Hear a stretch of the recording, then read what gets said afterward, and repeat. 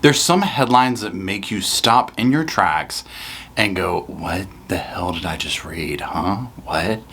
Vicky and Casey White, no relation, literally became one of those headlines on April 29th, 2022. On that day, Vicky and Casey would embark on a journey that would literally alter their lives as well as those of others. And I would argue and will argue as we get into this video that Vicky had way more to lose than Casey, who he was already in jail, prison, I should say, on terrible charges, and he was awaiting trial and still is at this point on even more terrible charges. So let's take a look at Vicky and Casey White. As the urgent manhunt for the couple intensifies, a first look at the moment a corrections officer and a capital murder suspect left an Alabama jail. Officer Vicky White holding the door open for Casey White as they exit Lauderdale County Detention Center. You see her patrol car in the background driving away. When they left with him, they'd have left out through this door. That patrol car later found abandoned in a nearby parking lot. Hello, Sofa Squad, and welcome back to the damn sofa. That's a damn sofa, and that's my damn sassy sidekick, Mr. Roscoe P. Damn Coltrane, chilling out on the damn sofa. My damn name's Paul. Now, as you already saw, today we are going to be discussing the case of Casey and Vicky White. Again, no relation. This one is baffling, number one. Number two, tragic, right, as to how it ended. It just had so many things going on in it. So what I wanted to do today is just take a look at this, look at some different clips, react to them, and discuss the case along the way. Now, as always, I want to say thank you to everybody who makes this Sofa Squad possible. Y'all, I can't say it enough. Y'all have made this such a wonderful place to be, and it literally would not be here without the support of y'all. Thank you from the bottom of my heart, from the bottom of Roscoe's little heart, and from underneath the damn sofa cushions over there. Don't forget, I do have a couple of other channels down below in the description. You can check them out over there. Be sure you're subbed to this one as well as those. And also, let's give a shout out to the sponsor today who is making this channel and this video possible, Simple. So this video is sponsored by Simple. It's a nutrition app and it helps you keep track of your health and your diet. With Simple's weight care app, weight loss and healthy diet have become as simple as ever. Join more than 10 million Simple users who have already tried the app. Go to the video description and click the link, and you're going to take a short quiz. And at the end of that quiz, you're going to be granted a 56% discount on the 3-month plan. So for those that don't know already, intermittent fasting is a popular, healthy, and effective weight loss method that's trusted by millions worldwide. So intermittent fasting, it's an ancient eating pattern that anybody can benefit from. And so what you're doing essentially is you are alternating between fasting and eating periods. So for example, you would fast for like say 16 hours and then you would be able to eat the next 8 hours. So remember, intermittent fasting isn't a diet. It's not telling you what to eat. It's asking that you eat within a specific window of time. Now, what this is going to do is it's going to enable your metabolic system to work as it was designed to. This is going to kickstart your weight loss. This is going to kickstart your health. So now, why don't you come look over my shoulder and watch me use the app so you can kind of like see how it works and what it does. Simple's much more than a fasting tracker. Simple's going to help improve your health, your weight loss, and cognitive power. Now, Simple will adjust your customized program. It's going to teach you what intermittent fasting is, give you a lot of different content, life hacks, and advice to make intermittent fasting adoption mindful and easy. There's daily support, customized guidance, expert advice, true motivation, and easy life hacks. All of this is going to help you succeed. Look, don't just take my word for it. Check out the rating in the App Store. It's like you have your own personal fan club cheering you on right at your fingertips. So what are you waiting for? Go to the video description, click the link, and take Simple's short quiz. At the end of the quiz, you will be granted a 56% discount for the 3 months plan. And you can use my personal promo code, ReportingLiveFromMySofa, and receive 56% sale for the first 3 months. All right, y'all, so be sure and check them out. All the links are down in the description below. Give it a shot. You think you're going to like it. Now, let's go ahead and jump into Casey and Vicky White. Like I said, we're going to be looking at some clips, discussing the case and kind of going through the timeline of it. Now, one thing that kept going through my mind about this case was a lot, number one, with what happened to Vicky, but also was what took place? How did he get into her mind? What did she see in this man? What was she finding in this dude that had such a really, really bad past? Like, what made her tick about him? Casey White was already serving a 75-year sentence for a violent 2015 crime spree, his arrest seen in this police dash cam video. So back in 2015, Casey carried out like a literal crime spree, right? I mean, and this went from like home invasion, carjackings, I mean, you name it, okay? It was not cute, it was not pretty. You saw in the clip, car chase, you name it, right? He was serving like 75 years over this.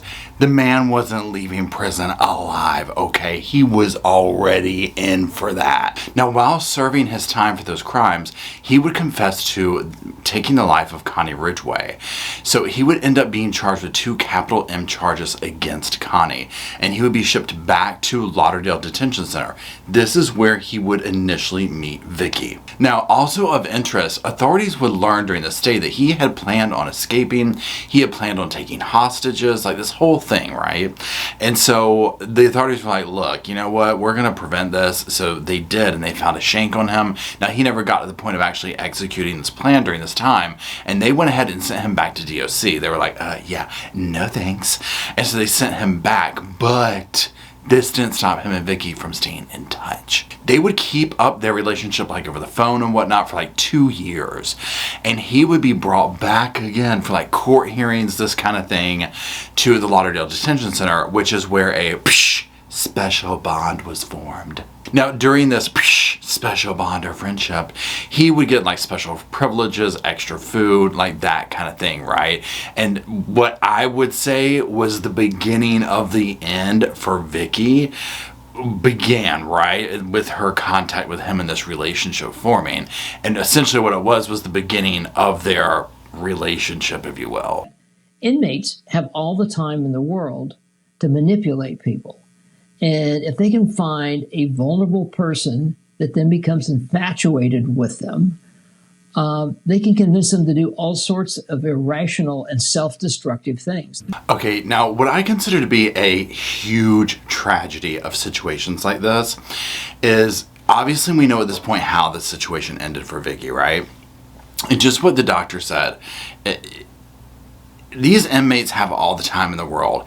If you have ever watched Love After Lockup, and if you follow the channel for a while, you know I went on a deep dive on that show when it first came out. This case, when it first came out, I was like, oh my gosh, it's like we're watching this like play out, right? Except totally different dynamics, and obviously this is like how these things can end, right? Because there's so much manipulation going on here by the inmates. I was like, oh my gosh, Vicky has so much more to lose, which she did. I mean, ultimately her life, right? This was just something else for this guy to do, right? I mean, who knows if he even really had feelings for her. I mean, he was going to be in prison the rest of his life. He found someone who was vulnerable, who he could manipulate. Who knows if he really had feelings or not, but this was his way out of prison, right? And he got that for a few days, and now it's like, okay, well, back you go. He'll probably try this again. And, he's still alive, the whole 9 yards, and here Vicky is, she's gone. Vicky, a 56-year-old divorcee, had an unblemished record, according to her colleagues. Her relationship with Casey allegedly sparked in 2020, while Casey awaited trial in the murder of Connie Ridgway. So Vicky was 56 years old. She had no children. And she was considered an exemplary employee. I mean, everyone spoke very highly of her.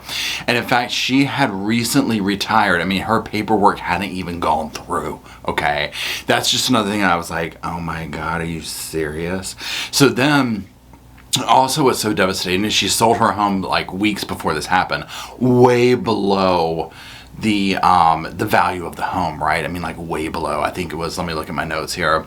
It was valued at $235,000. She sold it on April 18th for $95,550. well below the market value, right? Now, of course, this is all hindsight digging this up. We wouldn't know this going along, but you see along the way all that she was giving up for this guy.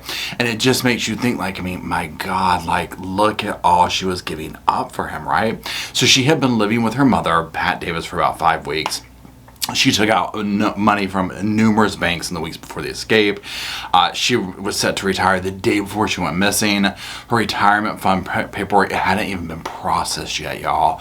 And this is just what breaks my heart for it. Now, I'm not trying to alleviate her of, you know, because I know some people have argued, like, you know what, she's a grown adult, she made decisions. Yes, I agree, she did, and they were poor decisions, right? I get that. I'm not trying to alleviate her of that, but I've watched so much of this kind of stuff with these inmates who are these really good manipulators and who find people who are at a vulnerable spot, and they do this kind of stuff to them. And I just feel like, oh my God, this poor woman, he just worked on her for a couple of years, and who knows where she was at in life to where this seemed like a good option. Because I guess one thing, and we'll get into this more, as much planning as they seem to do, there was also, like, how did they think they were going to get away with this, right?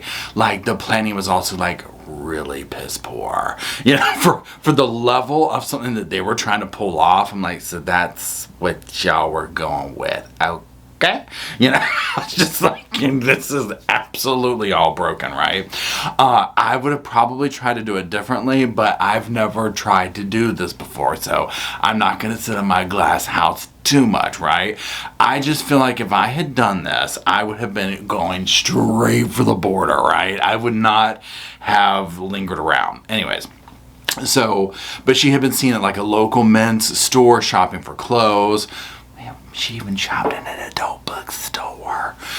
So there was things like this going on. Now, she also purchased vehicles beforehand, left them out. It was like a Ford Edge vehicle using a false name.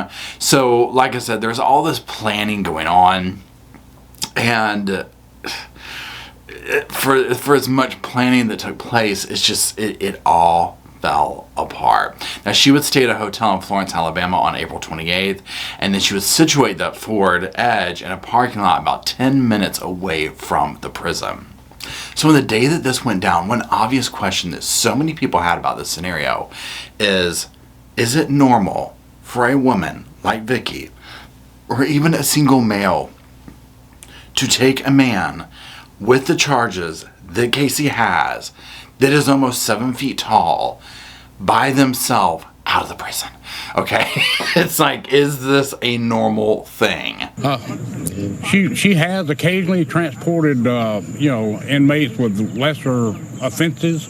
Oftentimes the vans would be at the courthouse and a judge would say, we need this inmate or that inmate. And if there's one inmate, she would put them in her car and transport them up there. It's just a 4-block drive. But this particular guy and someone in there on these charges, no, that should have never happened.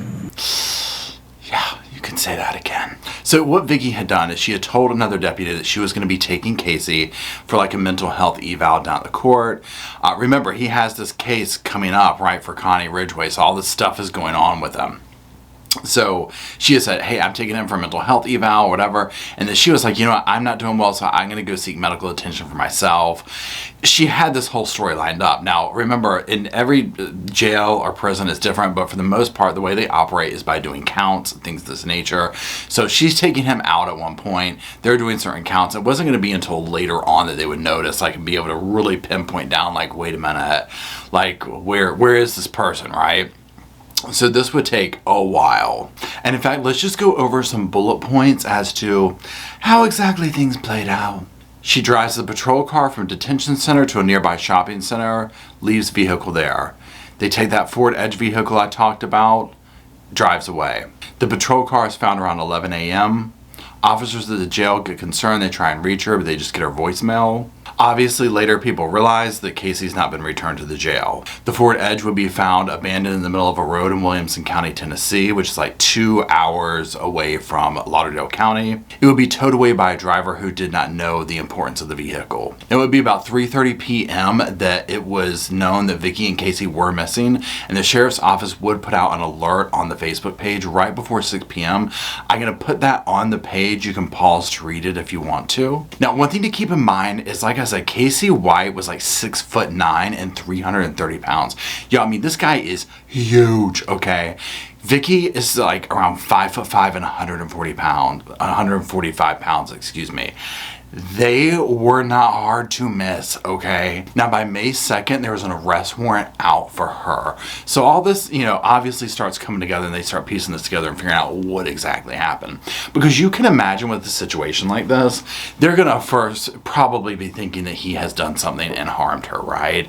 Once they start piecing things together, looking at video footage, doing all this kind of stuff, and realizing, like, wait a second, she's in on this, that's when it's like, whoa. Now, they would also abandon an F Ford 150 and a car wash in Indiana, and they would get a Cadillac car, like switch off cars or whatever. I'll put some photos up here of that. But by May 9th, the gig was up, okay?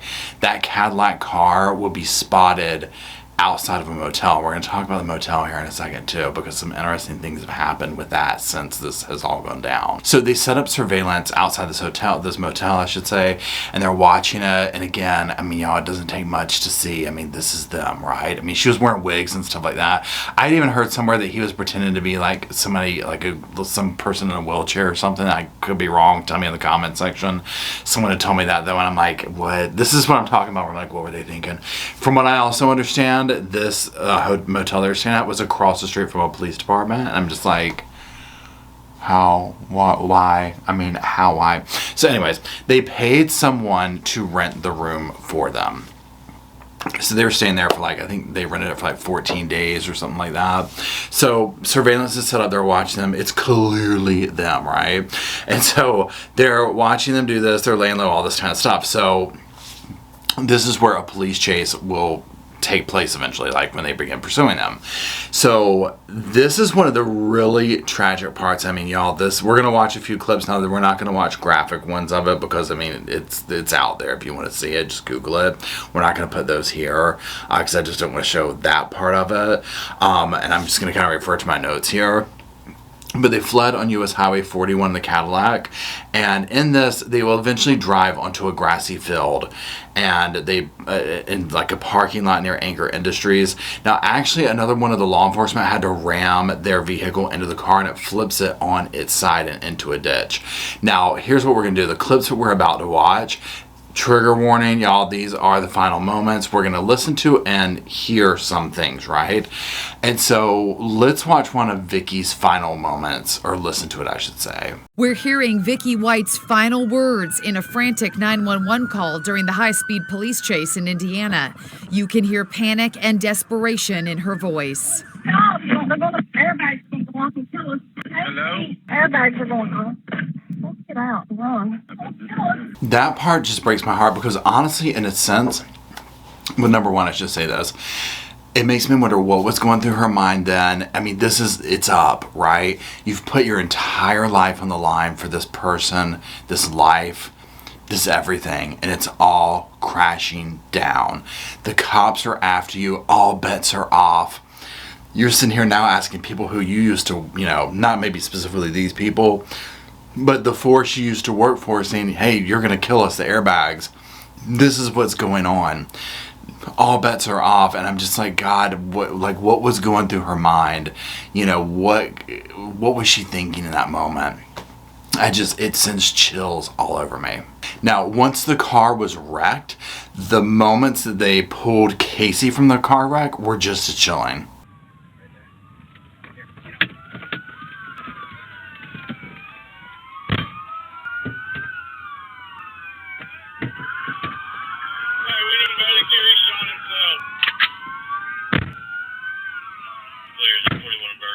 So that was Casey being pulled from the car and all that, but let's watch a clip and listen to what he's saying. And it's been, subtitled on here because this is the part that I'm just like, what? Just released body cam video. So here he is. Is my wife okay? Please check on my wife. Well, I'm sitting here thinking this. I'm like, is your wife okay? First of all, they were never legally married. Secondly, if you really cared about her on any level, you wouldn't even be in the scenario at all, okay? At all. on any way, shape, or form, right? You would still be in jail writing little love letters from your cell, and it would be that, right? You would have never even had her risk her life for him. But also in these moments, what Vicky is deciding that is the best option for her. And it just breaks my heart. Now, even though he's feigning all this concern and all this, sadly, Vicky would decide that the best option for herself was to take her own life. And the officers would end up having to pull her out of the car. Now, her hand allegedly was like still on the weapon, and so it would take a minute. She apparently was still living for a few minutes, I guess. Nonetheless, she would not survive this. And in my opinion, she became another one of his victims as far as I'm concerned, right? Now, what was even scarier is also what they found in the car. $29,000 in cash and an AR-15, 4 handguns, a taser, and multiple rounds of ammo. Y'all, these people are the definition of when you see armed and dangerous, this is what they're talking about. This is, remember Natural Born Killers? Y'all, this right here. Okay, maybe not so much Vicky, but this is a level of desperation that anything was possible. Very, very, very dangerous. Thank God they were caught, I guess you could say.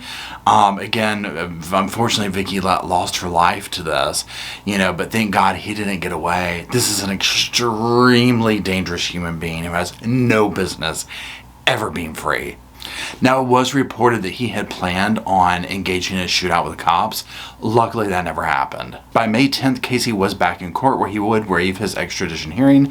He wanted to go back to Alabama. Now, remember the motel room that I told you about? So, on like a bizarre note, I guess you could say, one of the workers there who was like, I want to remain anonymous about this, but they had something to tell NBC News about the hotel room. And I'm going to put some pictures up here about it and directly quote what they told NBC News. So the receptionist said that there is a wait list to get the room. They said it's really strange. It's quite a few people. They said that the average room costs $63 a night, but that room 150 on the ground floor, that's the room that they stayed in, it now costs $75 to $100 to book.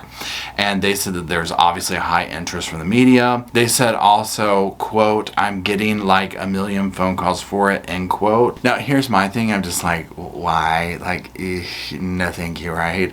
Now, also, I found this interesting. So one of Vicky's friends is a woman named Deborah.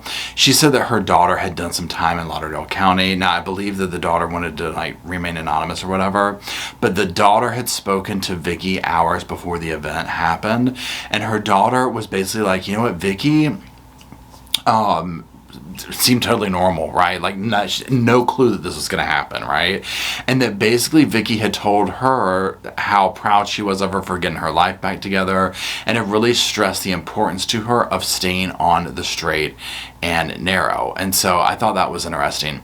Now, also Vicky's friend revealed that the prisoners had held a prayer visual for Vicky at the jail on Tuesday night after learning about her death. And she said that a lot of them were angry with Casey and blame him for the death, right? And I can see that. I think people who would probably be like in the know, if you will, or whatever, would probably look at it like this was just like another thing, right? Like this is just something for him to like work over, right? Like it was just like what he was doing when he was bored. He probably had several women he was doing this to. This is like his escape plan, and she lost her life over it, right? So now also of interest, Casey's mother, her name is Connie. She apparently started a GoFundMe for Casey, okay? With a goal of $100,000 damn dollars. Now, the article said that as of Friday afternoon, but I'm not sure what day that was, that $275 had been raised. I'm like, from who? From who? Okay, right? Now, it has been taken down, do not worry, right? The fundraiser only referred to Casey White as being accused of escaping from the Lauderdale County Jail in Alabama. It did not mention Vicky. It was taken down, thank God, right? So, other little updates about this. Okay, so remember Connie Ridgway, the nice little lady who unfortunately her life was taken, and that Casey, claims that he took her life. So now remember, he confessed to taking her life and then recanted that. This criminals do this all the time, right? So she was a mother of 2. She never had a chance to meet her grandchildren, apparently. I'm describing her in the way that her family described her. She was a patriot, very generous person. She had friends throughout Rogersville, and she was a strong Southern Baptist and who gave rights to neighbors and crafted little angels out of felt to hand out to her friends and family.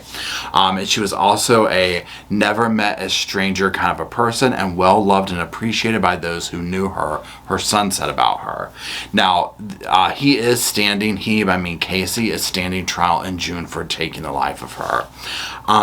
Hopefully for her, and I mean Connie, her surviving children, friends, family, also other victims of this man Casey's, can start to see justice for these crimes that he did and get some peace and closure.